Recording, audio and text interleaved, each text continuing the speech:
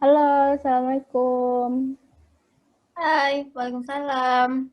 Vivi, udah lama gak ketemu, apa kabar? Iya, alhamdulillah baik. Kamu gimana? Alhamdulillah, baik juga. Lagi sibuk ngapain, Vi? Sibuk ngapain ya? Biasalah semester akhir. Kamu Siap, lagi sibuk ngapain? sama aja. Vivi lagi di Riau apa di Sumbar? Lagi di Sumbar. Nih, belum bisa ke Riau soalnya lockdown kan. Hmm, iya sih. Kamu di mana? Di Jogja, udah balik Jogja. Oh. Jadi gini, Vi, aku tuh kan ada Mm-mm. tugas untuk interview interpreter, atau minimal orang yang pernah menginterpret suatu bahasa lah gitu. Nah, kayaknya aku ingat Vivi pernah kan ya jadi interpreter. Oh iya, pernah waktu itu. Boleh lah ya sharing dikit pengalamannya. Oh, boleh, boleh. Mm-mm. Oke. Kita perkenalan dulu ya sebagai simbolis wawancaranya. Oh, perkenalan juga nih. Ya, oke. Aku Anissa Sofianti, mahasiswa Pendidikan Bahasa Inggris Universitas Muhammadiyah Yogyakarta, angkatan 2017. Berarti sekarang udah semester 7. Nah, di semester ini nih aku ngambil mata kuliah interpreting. Nah, di mata kuliah ini dapat tugas untuk wawancara seorang interpreter gitu. Nah, karena seingat aku Vivi pernah jadi interpreter, Vivi bersedia nggak nih untuk jadi partisipan aku untuk diwawancarain? Oke, baik. Aku Vivi Nabila Sari dari mahasiswa Pendidikan Bahasa Inggris Universitas Negeri Padang. Alhamdulillah sekarang udah semester 7 juga. Benar, waktu itu aku pernah menginterpretasikan bahasa Arab ke bahasa Indonesia kebetulan ya. Ya udah, aku bersedia diwawancarai seputar pengalaman tersebut. Hmm, uh, Vivi mulai dari kapan tuh interpret bahasa Arab Indo? Oh, pertama kali menginterpretnya tuh waktu SMA, Pi. Waktu aku MA. Mm-mm. Jadi sebenarnya aku tuh udah belajar bahasa Arab tuh dari sekolah dasar. Waktu itu kan aku MI nih, terus lanjut ke Sanawiyah juga MA. Jadi kayak bahasa Arab tuh udah kayak bahasa kedua aku juga karena aku emang udah suka aja gitu, kayak seru aja. Terus berarti kan udah terfasilitasi gitu ya untuk belajar bahasa Arabnya Iya. ya. Hmm. Mm-mm. Terus kenapa Vivi jadi tertarik nih untuk jadi interpreter? Oh, tertarik. Jadi awalnya tuh karena kan biasanya di sekolah Islam itu kita di mata pelajaran bahasa Arab tuh kan pasti ada pelajarannya tuh tentang translation gitu lah, kayak di bahasa Inggris. Jadi kan dari di tugas-tugas yang itu tuh kata guru aku nilainya tuh bagus. Kayaknya kamu ada kemampuan deh di bidang ini katanya. Terus kebetulan waktu itu ada acara yang kayak penerjemahan gitu. Terus aku ditawarin gitu kan ikut acara itu. Terus pas udah nyobain kayaknya seru juga gitu. Jadi ya udah dilanjutin. Mm-mm. Terus selama Vivi jadi interpreter nih, ada nggak kesulitan-kesulitan yang dilaluin? Kesulitannya hmm, masih sama sih kayaknya sama yang pada umumnya. Kalau untuk yang pertama kali itu kayak masih kayak nervous gitu kan baru first time gitu. Jadi kayak apalagi kan di interpretation ini kita kan menerjemahkan dengan di waktu yang bersamaan gitu kan. Jadi aku tuh kayak suka blank karena ada gangguan-gangguan kayak berisik, terus nanti suka ke skip poin-poin beberapa poin yang seharusnya aku sampaikan gitu. Terus kalau sepengalaman Vivi nih, ada nggak sih hal-hal yang harus dilakukan dan atau nggak boleh sama sekali dilakukan oleh seorang interpreter? Oh, kalau dari pengalaman aku ada, kalau kita mau jadi seorang interpreter ini kan kita harus pertama kita harus menguasai kedua bahasanya gitu kan. Ada bahasa sumbernya yaitu bahasa Arab, terus aku translate ke bahasa Indonesia. Nah, di sana kita kita tuh harus benar-benar paham apa yang mau disampaikan sama si speakernya. Jadi kita harus tahu padanan katanya tuh kalau misalnya di bahasa Arab ini, kalau bahasa Indonesia seharusnya bahasa yang tepat atau sesuai itu gimana gitu. Terus enggak itu aja, kita juga harus tahu kayak budaya-budaya di kedua bahasa ini. Jadi nanti kalau misalnya si speakernya tuh bahas budaya itu, nanti kita cari padanannya di bahasa Indonesia gitu. Itu aja, Pi.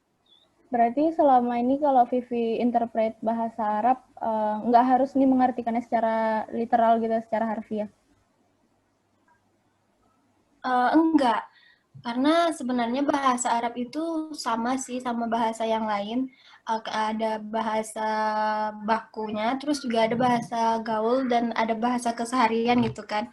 Jadi waktu aku menafsirkan bahasa waktu itu tuh, aku cuma kayak nggak terlalu fokus ke arti harfiah yang itu tuh, yang konkret tuh, yang harus persis sama si speakernya. Jadi aku cuma kayak harus paham dulu maksudnya apa, terus tinggal diterjemahkan sesuai bahasa sendiri gitu. Asalkan masih konteksnya sama gitu. Berarti nyambung sama yang Vivi bilang tadi ya, kita harus paham budaya dan lain sebagainya dari kedua bahasa gitu biar nyambung. Lumayan juga. Iya, kalau masalahnya ya cuma kayak jangan sampai di tempat yang berisik-berisik gitu, Pi. Hmm. Kan Oh, suka gagal fokus. berarti itu bisa dibilang salah satu gangguan juga ya. Kalau kurang Mm-mm. kedengaran mungkin atau audiensnya kurang kooperatif kayak gitu. Mm-mm. Terus satu lagi, kalau misalnya si speakernya tuh masih kayak ngomongnya tuh kecepatan, jadi kan waktu itu aku masih pemula gitu kan, dan terus kayak aku, ah, gitu. Oke. Mungkin yang udah pronya bisa lah, kalau pemula belum bisa kayak gitu. Oke. Oke.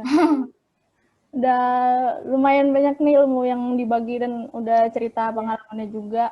Eh, Mm-mm. Kayaknya udah cukup juga wawancaranya. Makasih banyak aku ngucapin udah mau sharing pengalamannya dan udah Ya, terutama udah mau jadi partisipan karena ini untuk tugas kan. iya, Semoga sama-sama. interpretnya lebih makin jago dan bisa nular juga. Semoga aku juga bisa nerapin ilmu yang udah dibagi tadi. Semoga lancar skripsinya. Amin. Amin, kamu juga. Amin. Makasih ya, Vi. Assalamualaikum. Ya, sama-sama. Waalaikumsalam. Halo, Assalamualaikum. Halo, Waalaikumsalam. Devi, udah lama nggak ketemu. Apa kabar? Hai Nisa, iya udah lama banget gak ketemu kita. Alhamdulillah baik. Kamu gimana? Alhamdulillah juga. Lagi sibuk ngapain aja nih sekarang? Kalau kesibukan, biasalah anak semester akhir, sibuk skripsian gitu. Iya, iya. Eh, Ngomong-ngomong lagi di Riau apa di Sumbar nih? Ini lagi di Sumbar, kemarin pengen balik ke Riau kan, tapi karena pandemi, jadi ke lockdown gitu, jadi stay-nya jadi di sini deh, di Sumbar. Oh, lagi sama keluarga atau sendirian? Sendirian sih kalau di rumah, tapi kadang teman-teman main-main gitu ke rumah, jadi nggak sendiri. Berarti keluarga lagi pada di Riau ya? Iya bener, di Riau sama keluarga. Oke. Jadi gini nih, aku ada tugas untuk menginterview seorang interpreter atau penafsir bahasa. Nah, aku ingat kamu pernah kan ya jadi interpreter? Oh iya bener.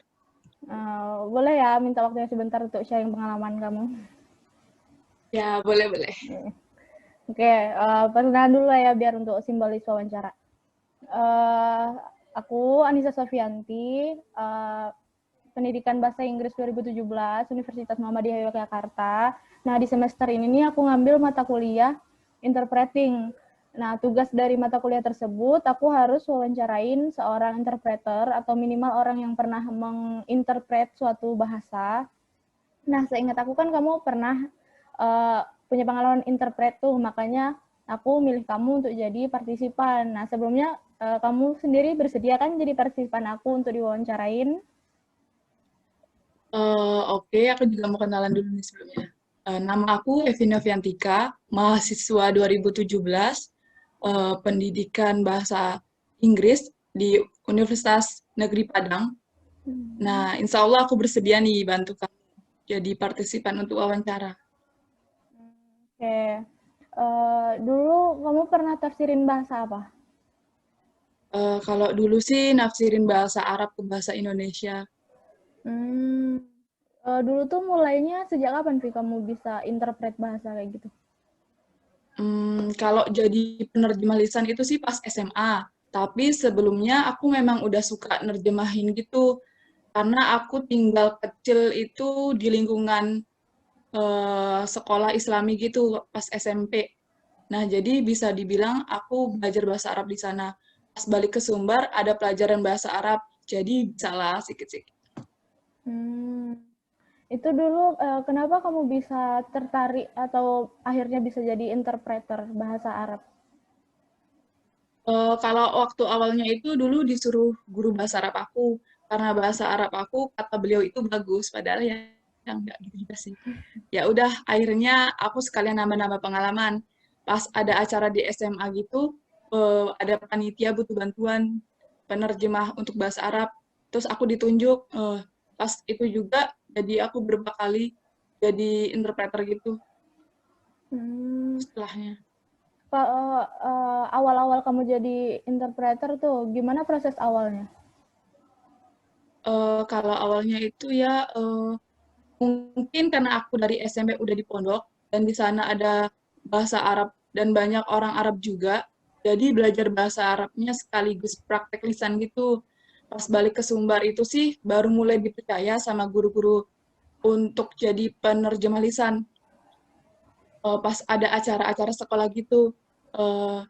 Dan pada saat itu juga tamunya kebetulan orang Arab. Terus sepengalaman kamu nih selama jadi interpreter, ada nggak sih kesulitan-kesulitan yang dihadapin sebagai seorang interpreter? Kalau kesulitan itu sih pasti ada. Dulu pertama kali jadi interpreter itu berasa kayak beban gitu, nervous soalnya. Terus karena interpreter itu kan penerjemah lisan dan harus dengerin pembicara dengan seksama gitu kan, dan harus diterjemahin itu kadang-kadang di sana ada masalah teknis kayak audiensnya berisik, jadi kadang suka miss gitu. Berarti emang harus fokus ya ngedengerin speakersnya ngomong kayak gitu. Terus sepengalaman kamu nih, ada nggak hal-hal yang harus dilakukan oleh interpreter dan nggak boleh dilakuin kayak gitu? Kalau jadi seorang penerjemah lisan itu yang pasti harus kita lakuin itu menguasai bahasa tersebut. Terus karena interpreter itu penerjemah suatu bahasa di waktu yang sama itu juga, jadi kita harus benar-benar fokus dan nggak boleh mengurangi atau menambah kata-kata dari bahasa yang diterjemahkan. Terus cuma kosakata yang kita punya, enggak cuma kosakata yang harus kita punya. Sebagai interpreter kita juga harus tahu budaya di sana, gimana mereka berdialek, biar waktu kita nerjemahin masih sesuai lah sama budaya mereka gitu. Terus waktu kamu nerjemahin bahasanya tuh diterjemahkan secara harfiah gitu atau gimana? Oh enggak dong, kalau itu kalau bahasa Arab itu sebenarnya kayak bahasa lain juga, ada bahasa bakunya, terus ada slangnya juga. terus ada bahasa gaulnya juga yang digunain mereka sehari-hari. Jadi aku nggak selalu fokus ke arti konkretnya sih. Gimana aku coba ngenerjemahin itu sesuai sama ucapan pembicaranya aja. Yang penting nggak keluar konteks dari pembicara itu sih. Gitu. Lumayan juga sih ya, banyak kemudahan kesulitannya juga, banyak hal yang boleh dan nggak boleh dilakuin juga. Ngomong-ngomong, makasih udah mau sharing sama aku, udah mau bantu tugas aku. Kayaknya cukup ilmunya yang udah dibagiin. Semoga ya kamunya makin jago dan aku punya sedikit ilmu lah yang mungkin bisa aku terapin besok nantinya. Terima kasih banyak ya, Vi. Sama Nisa. Waalaikumsalam.